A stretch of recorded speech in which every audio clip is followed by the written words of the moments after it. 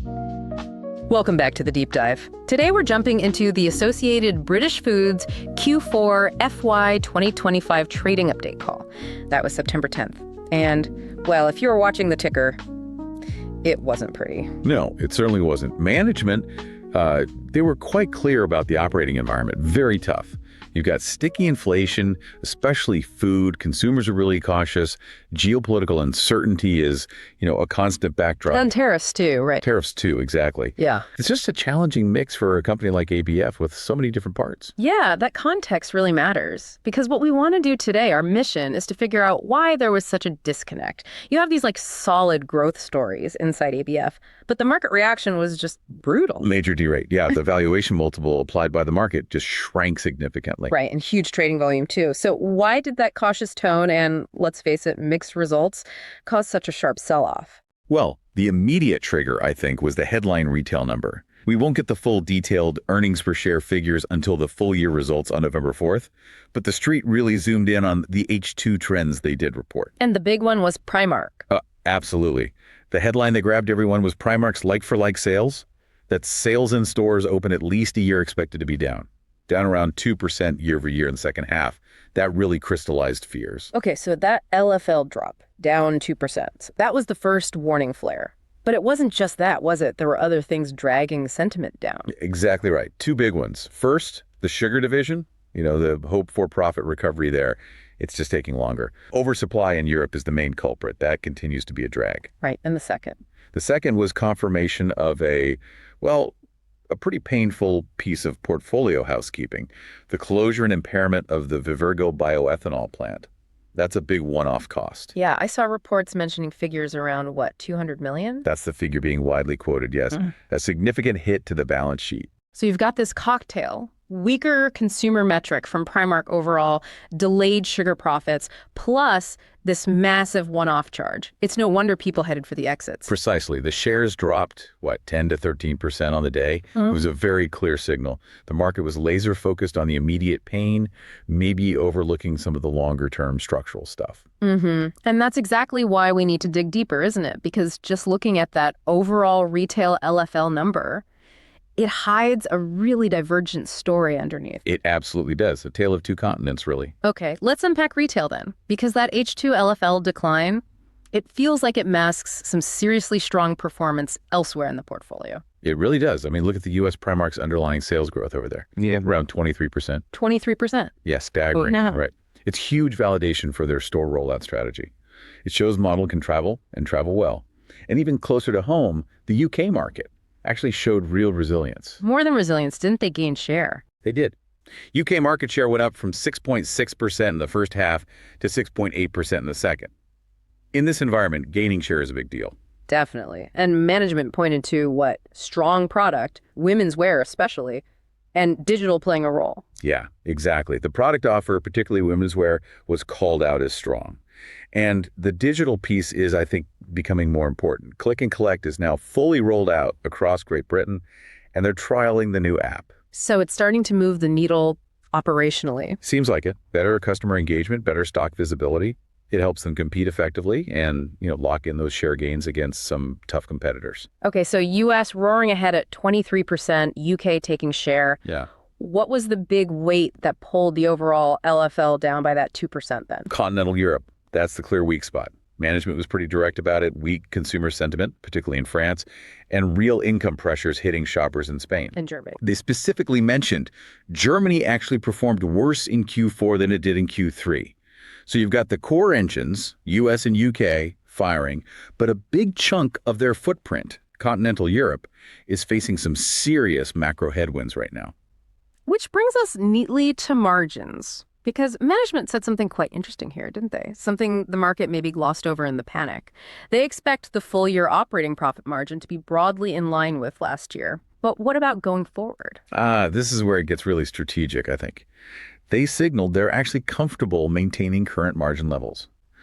Now, that's despite having some pretty decent tailwinds coming through things like favorable currency exchange rates, lower freight costs. Stuff that normally drops straight to the bottom line. Usually, yeah. But they're explicitly choosing not to do that. They're planning to reinvest those benefits back into the business. Okay, wait. Is that just management speak for We can't push prices up right now, so we'll call it investment. How do we know it's genuinely strategic? I think it's strategic because of where the money is going. They talked about selective price investment, making certain items even more competitive. They mentioned above-the-line advertising. So proper brand building, TV ads, that kind of thing, not just in-store promotions. Exactly. Big consumer-facing campaigns. Plus, continued investment in digital capabilities, like rolling out that app properly. It feels like they're prioritizing market share, customer loyalty, building the brand for the long term, rather than just grabbing a short-term margin boost. They're essentially buying future market position. Right. Trading a bit of margin today for hopefully market dominance tomorrow makes sense if your key growth markets, US and UK, are actually responding to that investment. What about physical store growth? Still expanding? Yep, the plan's still there. Medium-term goal for space contribution to sales growth is still that 4 or 5% range. For next year, they're guiding to about 4%. So continued disciplined store openings, mainly fueling that U.S. structural growth story. Okay, let's pivot a bit from Primark, because the other parts of ABF, especially the non-retail side, have their own set of issues contributing to the gloom. Yeah, sugar is definitely the most immediate operational headache for investors right now.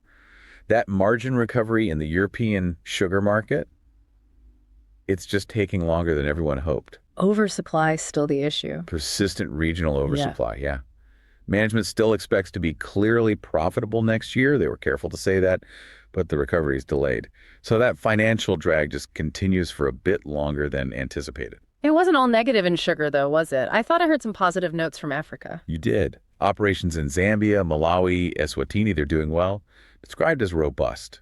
And the new plant in Tanzania is getting closer to commissioning, although it's slipped by a couple of months. Plus, importantly, they've taken action on costs, particularly restructuring of the Spanish sugar business, so they are trying to stabilize the weaker parts. Okay. And then quickly on grocery, Elliot, the food businesses like Twinings, Jordan's, Ovaltine sounded like they were just ticking along broadly in line. Pretty much, yeah. No major drama there. The big strategic news in that area, though, is the other bit of portfolio housekeeping, the planned acquisition of Hovis. Right, the bread maker. So Vivergo is subtraction, Hovis is addition. Exactly. Vivergo was about cutting losses, getting rid of something that wasn't working without long-term government support for bioethanol. Hovis is seen as a strategic addition. Management talked about it creating a platform for innovation in bakery and, crucially, unlocking significant cost-saving synergies. Yeah, the synergy number. External reports floated around 50 million, but management seemed to hint it could be quite a bit bigger than that. They did confirm they expect the target to be larger than that widely quoted 50 million figure, which signals, real confidence in the long-term value they can create by combining the businesses. But there's a but, isn't there? Timing? Big caveat, yes. The CMA approval process, the Competition Authority review, they reckon that'll take about a year. Then they can start harvesting those synergies probably quite quickly in the year after that. So yes, Hovis looks like a smart structural move, but it provides zero relief for the current pressures in fiscal 25.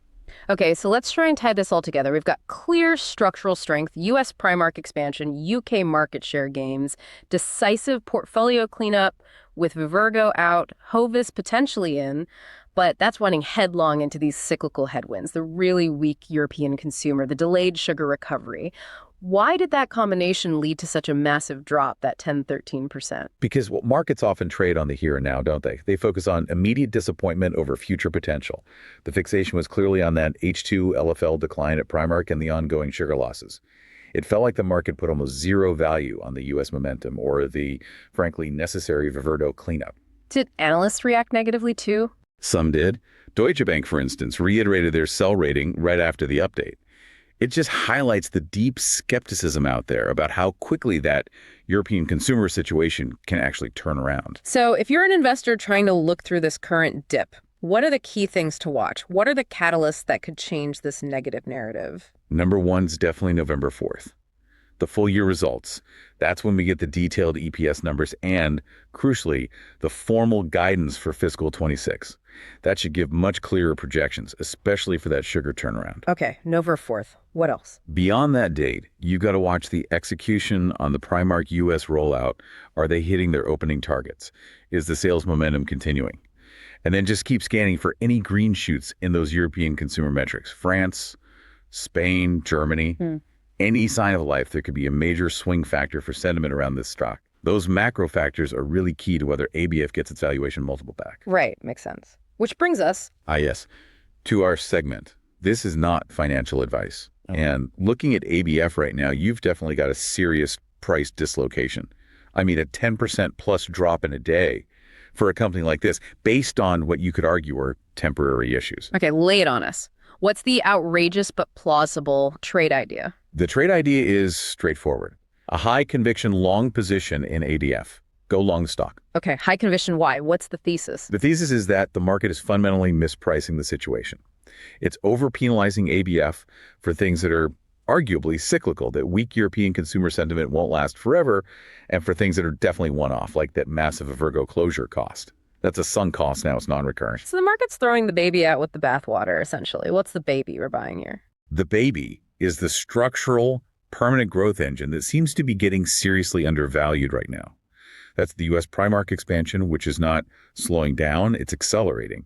And the consistent structural market share gains they keep making in their core UK market. The market's reaction feels like it's pricing in systemic failure Instead of what it looks like. A strategic portfolio realignment happening during a period of macro weakness in one major geography, Europe. So the bet is, if European sentiment just starts to normalize, maybe over the next 12, 18 months, then that 10-13% drop looks like a significant overreaction to temporary headwinds. Offering an attractive entry point, you'd argue. Exactly. The bet really hinges on that November 4th guidance confirming the U.S. momentum is intact and giving some confidence about the path back to profitability for sugar. It's a bet that ultimately the underlying business fundamentals will win out over the current negative market psychology. It's definitely a bold call given how uncertain that European macro picture looks right now.